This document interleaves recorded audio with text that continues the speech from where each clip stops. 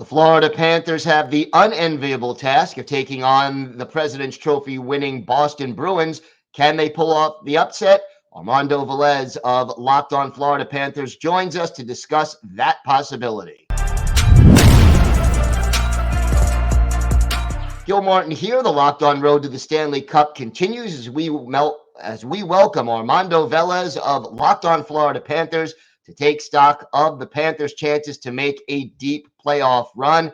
Obviously, they have a tough opponent in the first round in the Boston Bruins. But Armando, what is the biggest storyline surrounding the Panthers as we get the playoffs underway? We can't we it's for the Panthers and how they got here in the first place is the responsibility is fully on the goaltender Alex Lyon, which is an unlikely story. Which he's a veteran in this league, but he's bounced around from AHL to NHL, back and forth, Philly, Carolina, and now with the Florida Panthers now, and unlikely where Sergei Bobrovsky gets sick and then he goes on to for this Florida Panthers team to on a 7-game point streak, 6-0-1 in that time to get the Florida Panthers back in this position with a little help from the Pittsburgh Penguins as well losing. But credit to the Florida Panthers and Alex Lyon as well for helping them get into this position. Yeah, it's obviously very good timing. So, what is the biggest reason why the Panthers would win the Stanley Cup? The biggest reason why they would win the Stanley Cup would be is if they're able to defend on their own end. And it's no secret. The blue line is not the strongest for the Panthers. Despite Brandon Montour having an incredible season, he had a big jump as far as his offensive numbers. And of course, with the trade of Jonathan Huberdeau and Mackenzie Weegar going the other way in the Matthew Tkachuk deal, Brandon Montour has definitely stepped up his game, that's for sure. But as far as the depth on the blue line, he is paired with Mark Stahl, who can sometimes get a little lost in his own zone as well. And that third pair, you have a hard-hitting defenseman in Radko Gudas and a little bit of an inexperienced guy as well in Josh Mahura on that third pair. But Josh Mahura, I haven't mentioned a lot of times on my show really any issues with him, but still, it's still a very he's inexperienced as far as playoff experience as well, and that is a little bit of a concern based on the depth of the blue line for the Panthers. I mean, this is a unit that this is a team, excuse me, that goes to the penalty box quite often, and their penalty killing and their special teams as far as the PK isn't necessarily the best, and they're gonna have to do their what they can to stay out, and of course the ability to kill penalties. And in the season series for the Florida Panthers versus the Boston Bruins, the Bruins are 4 of 17 on the power play in their 4 games in the regular season. So they're gonna have to find a way to stop the Bruins. I mean, and in their 4 matchups, David Pastrnak has scored in every single game in the 4-game series. So, what would be the biggest reason why the Panthers would not win the Stanley Cup? I'm assuming the tough schedule and road they have ahead would be part of that. Yeah, and this is the first time that the reigning President's Trophy winner will be going up against the current President's Trophy winner ever since the trophy was handed out in 1986. So this is a little bit of history in the making. Yeah. Who do you think is the key player to watch on the Panthers? I th- I think it has to be Anton Lundell for the Panthers because they're still missing Sam Bennett.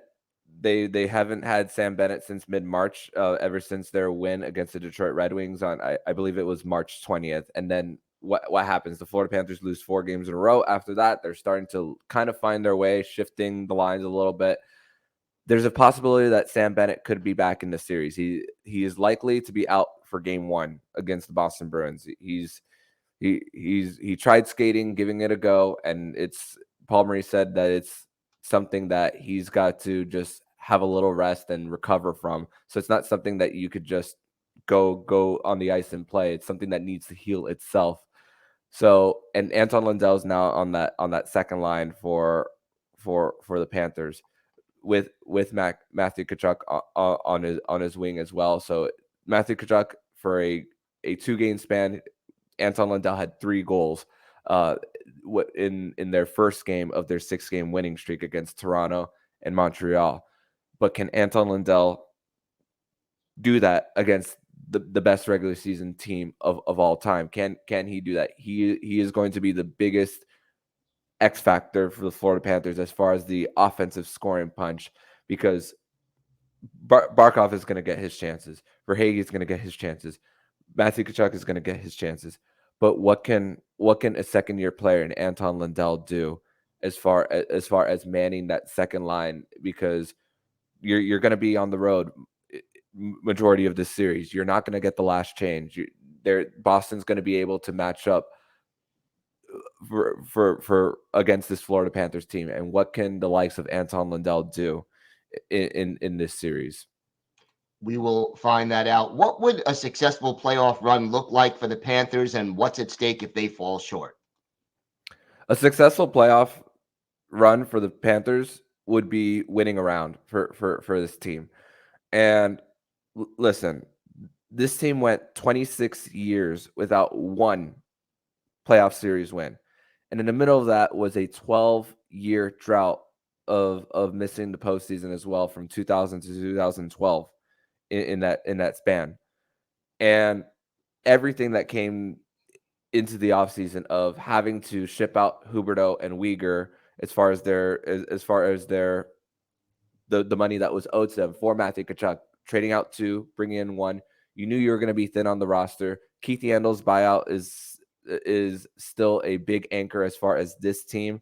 But this was a team that had to dress 20 skaters, 20 players at the beginning of the season, and couldn't have any healthy scratches at the beginning of the season. That's how you know that this team was just so cap-strapped. Of course, utilizing LTIR with Patrick Hornquist's upper body injury. He hasn't played since December 3rd, creating that space. And the Florida Panthers, they have been so tight against the cap this season. They couldn't re-sign Claude Giroux. They couldn't re-sign Ben Sherratt. They couldn't re-sign Mason Marchment. So it was a season of just major turnaround. And of course, the coaching.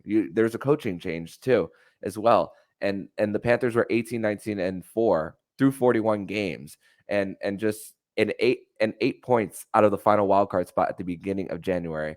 So the fact that they were even able to get here after the start they had, and this is 4 years in a row that the Florida Panthers are in the postseason. Before that, they only made the postseason 5 times in their 29-year history. This is a time that the Florida Panthers have started creating a culture now that they have been in the dance for 4 straight years. So can you build off of that with more salary cap space heading into the summer? If you can get a playoff series win, you can show the NHL world of more of that you are a destination franchise than you already are. All right. Well, Armando, thank you so much. That does it for our Panthers preview here on the Locked On Road to the Stanley Cup. Be sure to subscribe to or follow Locked On Florida Panthers for free. It's on YouTube or wherever you get your podcasts. The Locked On Podcast Network, your team every day.